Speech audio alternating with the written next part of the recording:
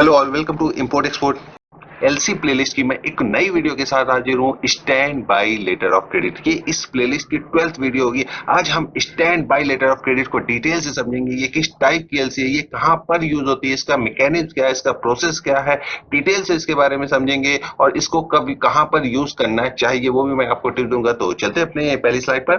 आगे बढ़ने से पहले मैं आपको बता दूं, अगर आप नए हो, मैंने एलसी के लिए एक सेपरेट प्लेलिस्ट बनाई हुई है जिसमें मैं टाइप्स को कवर कर रहा हूँ। आप जितनी सारी टाइप देख रहे हो, रिवोकेबल, इररिवोकेबल, जितनी सारी भी टाइप्स है मैंने सबको एक्सप्लेन कर दिया है। आज का जो हमारा टॉपिक है वो स्टैंड बाय है। इसके बाद जो एलसी की प्लेलिस्ट की टाइप्स है वो कंप्लीट हो जाएगी और उसके बाद मैं आगे एलसी से रिलेटेड वीडियो पोस्ट करता रहूंगा। उसके अलावा मैं आपको ये भी बताना चाहता हूँ कि अगर मैं थोड़ा बाहर आया हूँ तो यहाँ पे थोड़ा सा शोर है, तो उसको आप इग्नोर करिएगा। तो सबसे पहले standby letter of credit को शॉर्टकट में एसबीएलसी बोलते हैं। तो मैं जितना भी आगे बताऊंगा एसबीएलसी लूंगा, मैं पूरा नाम नहीं लूंगा, आप समझ लेना, ठीक है। तो सबसे पहले आप एग्जाम्पल से फंडामेंटल को यहाँ पर समझने की कोशिश कीजिए। जो मैं आपको बेसिक बताता हूँ पहले वो ध्यान दीजिए। नॉर्मल एलसी की तरह ये यहाँ पर एक्सपोर्टर होंगे और ये जो मैम है वो इम्पोर्टर होंगी, ठीक है। और ये जो है कुछ शिपमेंट वगैरह है, ये घड़ी बेचते हैं, तो ये यहाँ पर 1 लाख पीस का इनको ऑर्डर मिलता है और जिसकी वैल्यू 50,000 है, आप सपोज करो। उसके बाद क्या होगा, इन्होंने शिपमेंट को डिस्पैच कर दिया। डिस्पैच करने के बाद standby letter of credit का काम क्या है, अगर ये जो बंदा है पेमेंट को डिफॉल्ट करता है, किसी भी रीजन की वजह से पेमेंट को टाइम पे नहीं दे पाता है, उस कंडीशन में ये जो बैंक होगा, जो भी standby letter of credit को इशू किया है, उसकी रिस्पॉन्सिबिलिटी है इसको टाइम पर पे करना। तो अब आप कहोगे तो फिर ये तो नॉर्मल एलसी की तरह, इसमें डिफरेंस क्या है? Standby letter of credit भी एक टाइप की एलसी है, इसमें कुछ छोटे छोटे डिफरेंस है, वो आपको मैं अभी आगे धीरे धीरे आपको समझाता जाऊंगा। अभी इसका आप प्रोसेस को समझ गए, ठीक है। अभी चलते हैं नेक्स्ट। तो यहाँ पर मैं आपको थोड़ा सा इसके टाइप्स को, जो आपका बेसिक है वो आपको समझा दूं। उसके बाद मैं प्रैक्टिकल की तरफ भी बढ़ूंगा, प्रैक्टिकल में और बेहतर समझ आएगा। पहले थ्योरेटिकल का आपको देखना है। बोल बहुत शोर है यहाँ पर आज। ओके, एसबीएलसी यानी standby letter of credit. अब देखिए इसके जो जनरली टाइप्स होते हैं वो 2 टाइप के होते हैं, फाइनेंशियल और परफॉर्मेंस। फाइनेंशियल की जहां बात करेंगे तो यहाँ पे गुड और सर्विस की जो डिस्पैच हम करते हैं, एक्सपोर्ट वगैरह करते हैं, तो ज्यादातर हम गुड्स में डील करते हैं। जो मेरा जो चैनल है वो एक्सपोर्ट इंपोर्ट से रिलेटेड है, तो गुड के लिए भी है पर सर्विस के लिए भी इसे यूज किया जाता है। और उसके अलावा जो कॉन्ट्रैक्ट बेसिस होता है, यानी कि जो कॉन्ट्रैक्ट में एग्रीमेंट होता है उसके अकॉर्डिंग ये वर्क करता है। जो भी एग्रीमेंट होगा, जो भी स्पेशल क्लॉज होगा, उसके अकॉर्डिंग ये वर्क करेगा। प्रैक्टिकल में आपको समझ में आएगा। अब अभी इतना समझ डिफरेंस समझ के चलो, ठीक है, दोनों में क्या डिफरेंस है। अब परफॉर्मेंस बेसिस पे क्या होता है? परफॉर्मेंस में क्या होता है, देखिए ये टाइम लाइन, जैसे ये कॉन्ट्रैक्ट बेसिस था, ये टाइम लाइन बेसिस है। अब सपोज करिए आपको दे दिया कि 3 महीने में, ये कॉन्ट्रैक्ट आपको दे दिया 3 महीने के अंदर पूरा करना है। अगर आप नहीं कर पाते हो तो उस कंडीशन में आपको जो भी सेलर होगा उसको कुछ न कुछ पेनाल्टी देना पड़ेगा। जब एसबीएलसी जो होती है वो इशू होती है, उसके अकॉर्डिंग उस पर लिखा होता है, तो उसके अकॉर्डिंग उसको कुछ ना कुछ पेनाल्टी देना पड़ता है एज अ कंपनसेट जो कि बायर है, कि उसको डिले हुआ, इसकी वजह से दूसरे कॉन्ट्रैक्टर को वो ऑर्डर चला गया, प्रोजेक्ट चला गया, इस वजह से परफॉर्मेंस एसबीएलसी में उसको कुछ पैसे कट के मिल जाते हैं, ठीक है। ये आपको बिल्कुल क्लियर होना चाहिए। पर फाइनेंशियल जो होती है वो एग्रीमेंट बेसिस होती है और परफॉर्मेंस होती है वो टाइमलाइन बेसिस होती है। अब हम थोड़ा प्रैक्टिकल पे इस पे चलते हैं। तो इस स्लाइड में हम थोड़ा प्रैक्टिकल देखेंगे, तो थोड़ा ध्यान से समझने की कोशिश करिएगा। मैं थोड़ा स्लो चलूंगा और आप मेरे को कनेक्ट करना, मैं कोशिश करूंगा कि आपको ज्यादा से ज्यादा चीजें समझ में आए। जहां अगर आपको डाउट होता है तो आप मेरे को कमेंट करना, मैं उस पर कोशिश करूंगा रिवर्ट करने के लिए। सबसे पहली चीज तो standby letter of credit की जरूरत कहां से पड़ी। तो यहाँ पर आप देखोगे, यहाँ पे मैंने जो एग्जाम्पल लिया है यूएस का लिया है और जापान का लिया है। ऐसी बहुत सी कंट्री है, ऐसी बहुत सी कंट्री है वहां पर जो बैंक होता है उनको रिस्ट्रिक्टेड होता है। यूएस और जापान की बात कर रहा हूँ, इसके अलावा भी होती है।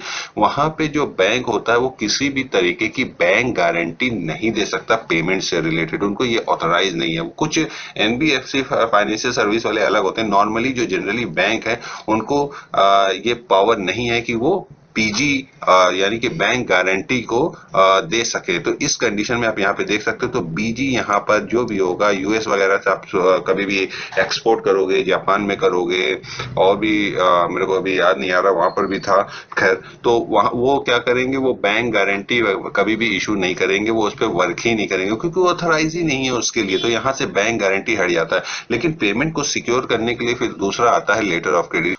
इसीलिए आपको यहाँ पर लेटर ऑफ क्रेडिट ज्यादा देखने को मिलेगी, वो भी standby letter of credit. दूसरा यहाँ पर एक और रीजन है स्टैंड बाई पे जाने का। आप देख सकते हो यहाँ पे मैंने एक दिया है, ये एक्सपोर्टर के पॉइंट ऑफ व्यू से बता रहा हूँ कि ये अमाउंट जो है बड़ा है। अगर बड़ा है, बहुत बड़ा अमाउंट है और एकदम टाइम पे उसको पेमेंट चाहिए, यानी कि आज इसका 10 तारीख है, 10 को पेमेंट चाहिए तो 10 को चाहिए, इसलिए स्टैंड बाई एक तरीके एलसी क्या है, स्टैंड बाई एलसी मतलब फला टाइम तक उसको पैसे मिलना है, एक दो दिन आगे पीछे हो जाता है, मतलब कहने का मतलब एकदम एग्जैक्ट टाइम पे उसे चाहिए।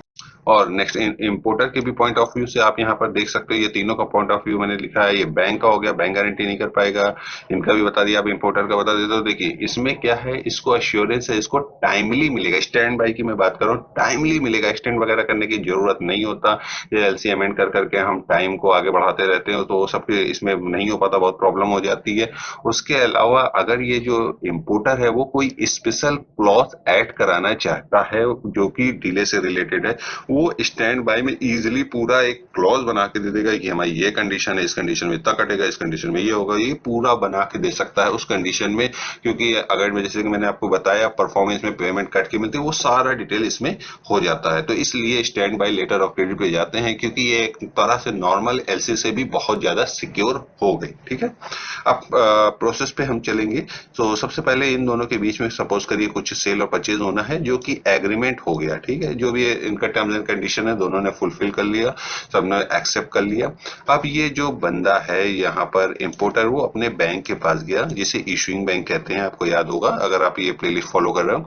तो ये अप्लाई करेगा एलसी के लिए, लेकिन यहाँ पे वो स्टैंड बाई यानी एसबीएलसी के लिए अप्लाई करेगा।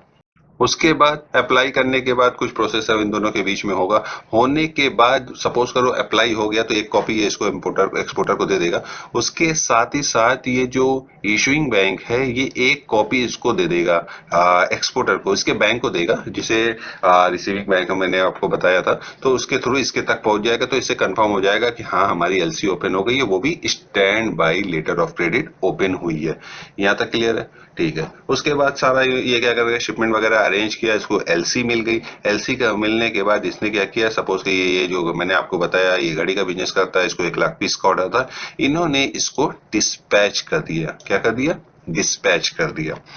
डिस्पैच करने के बाद अब जो डॉक्यूमेंट्स होता है एलसी में, क्या होता है, बैंक को प्रेजेंट करना पड़ता है। ये अपने बैंक को देता है और उसका बैंक क्या करता है, जो कि इशूइंग बैंक है उनको प्रेजेंट करता है, यानी कि सारे डॉक्यूमेंट उनको भेजता है और क्या करता है, पेमेंट की डिमांड करता है। अभी तक नॉर्मल एलसी की तरह बिल्कुल चल रहा है, ध्यान दीजिएगा। ठीक है, थोड़ा सा भी चेंज होगा। उसके बाद जब छठवां आप देखोगे, नॉर्मल एलसी की तरह ही ये जो बैंक है पेमेंट करने से पहले इनसे पूछता है, वो फॉरवर्ड करेगा, हाँ भैया हमें ये फला फला डॉक्यूमेंट मिला, ये आपको कोई प्रॉब्लम तो नहीं, कोई कंडीशन तो नहीं, ये है, हमें पेमेंट करना है। ठीक है।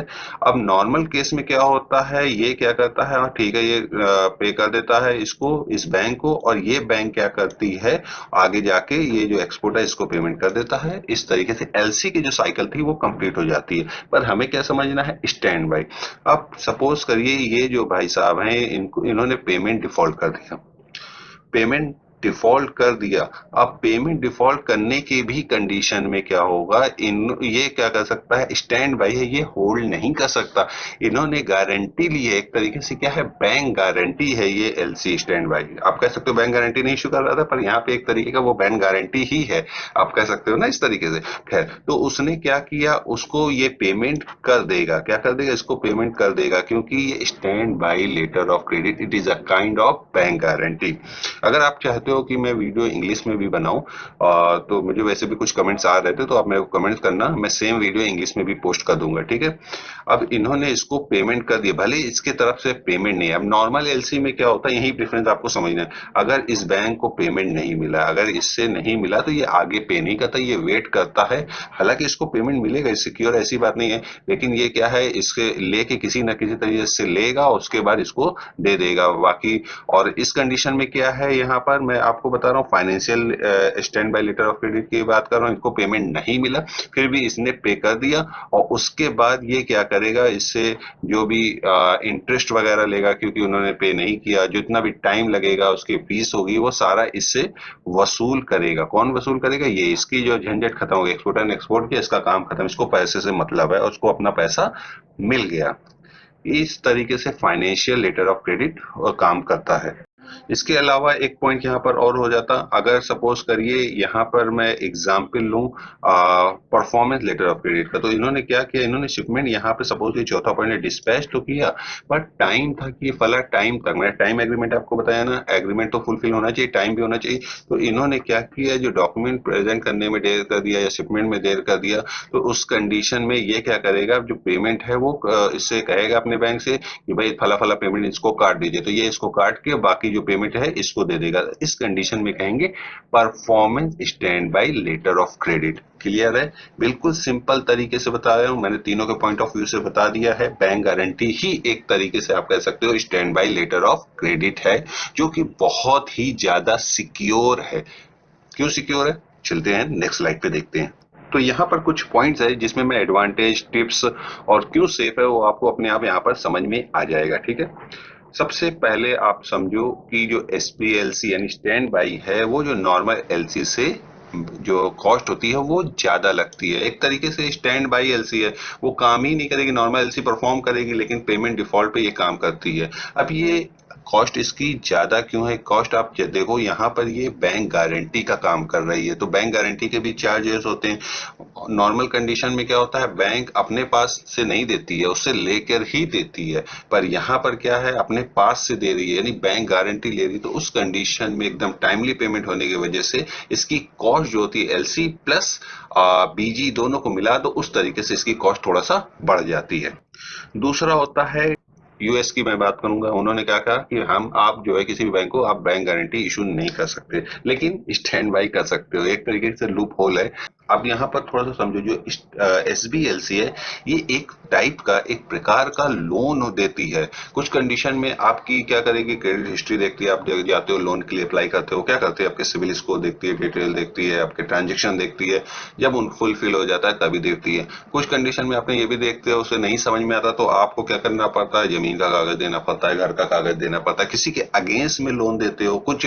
उसी तरीके से स्टैंड बाय भी काम करती है। आप सोचो, बैंक इतना सारा क्यों डॉक्यूमेंट क्यों ले रही है, क्योंकि उसको खुद से पे करना है। तुम दो चाहे ना दो से मतलब नहीं ना, उसे टाइमली पेमेंट करना है। अब सबको देने लगेगी तो बैंक के पास भी तो जो कैश फ्लो है उसमें दिक्कत आ सकती है ना, इसलिए जो बहुत अच्छा जिसकी हिस्ट्री होती है वो देते हैं। अगर जिसकी हिस्ट्री अच्छी नहीं है तो उससे क्या कहते हैं, सिक्योरिटी वगैरह रख लेती है, और रखने के बाद जब पूरा ट्रांजेक्शन कंप्लीट होता है साल भर के बाद, वो जो चीज होती है उसे टर्मिनेट कर देती है। बॉन्ड अगर इशू करवा लेती है तो उसको टर्मिनेट कर देती है, और बाकी कुछ सिक्योरिटी लेती है उसे कैंसिल करके उसे वापस कर देती है। तो इस तरीके से क्या होता है, ये और भी ज्यादा सिक्योर हो गया और भी ज्यादा महंगा भी हो गया, क्योंकि इंटरेस्ट भी वगैरह भी तो लगेगा, एक टाइप का मैंने क्या बताया, लोन है। तीसरा आप यहाँ पे देख सकते हो एलसी। एलसी क्यों इतना ज्यादा सेफ है, क्योंकि आपकी क्रेडिट हिस्ट्री आपको बहुत ही मुश्किल से state bank letter of credit America में मिलती है। उस कंडीशन में आपका बहुत अच्छा स्कोर है तभी तो मिलेगी, इसलिए ये बहुत ही ज्यादा सेफ होती है। नेक्स्ट आता है डोमेस्टिक और इंटरनेशनल। नॉर्मली हम जो लेटर ऑफ क्रेडिट देखते हैं वो डोमेस्टिक कम यूज होती है। डोमेस्टिक में अगर हम इंडिया की बात करें तो इंडिया में आप देखोगे एडवांस, 30 डेज बिफोर शिपमेंट, इस तरीके के पेमेंट ज्यादा यूज होते हैं। बट स्टैंड बाई आप डोमेस्टिक में भी देखोगे तो बहुत ज्यादा यूज होते हैं, यूएसए में और जापान में भी यूज होते हैं। तो इस तरीके से इसको इंडिया में भी आपको देखने को मिलेगा स्टैंड बाई, तो डोमेस्टिक इंटरनेशनल में दोनों में पर्पज में इसको बहुत देखा जाता है। तो उसके बाद आता है सर्विस और गुड्स। अब नॉर्मली मैंने आपको एलसी की प्लेलिस्ट में दिखा रहा था कि ज्यादातर जितनी भी एलसी होती है वो गुड्स के अगेंस्ट में जनरेट होती है। किसके अगेंस्ट में? गुड्स। पर सर्विसेज के लिए जब भी हम बात करते हैं, बैंक गारंटी की बात करते हैं, पर यहाँ पर स्टैंड बाई आप गुड्स और सर्विस दोनों के लिए ही जा सकते हो। तो ये था एसपीएलसी का पूरी डिटेल। होप आपको समझ में आया होगा। अगर आपको किसी तरीके की क्वेरी है तो आप मेरे को कमेंट कर सकते हैं, मैं कोशिश करूंगा उस पर जल्द से जल्द रिजॉल्व करने के लिए। अगर आपको मेरी वीडियो पसंद आती है तो प्लीज उसे लाइक और सब्सक्राइब कीजिए। Thanks for the watching.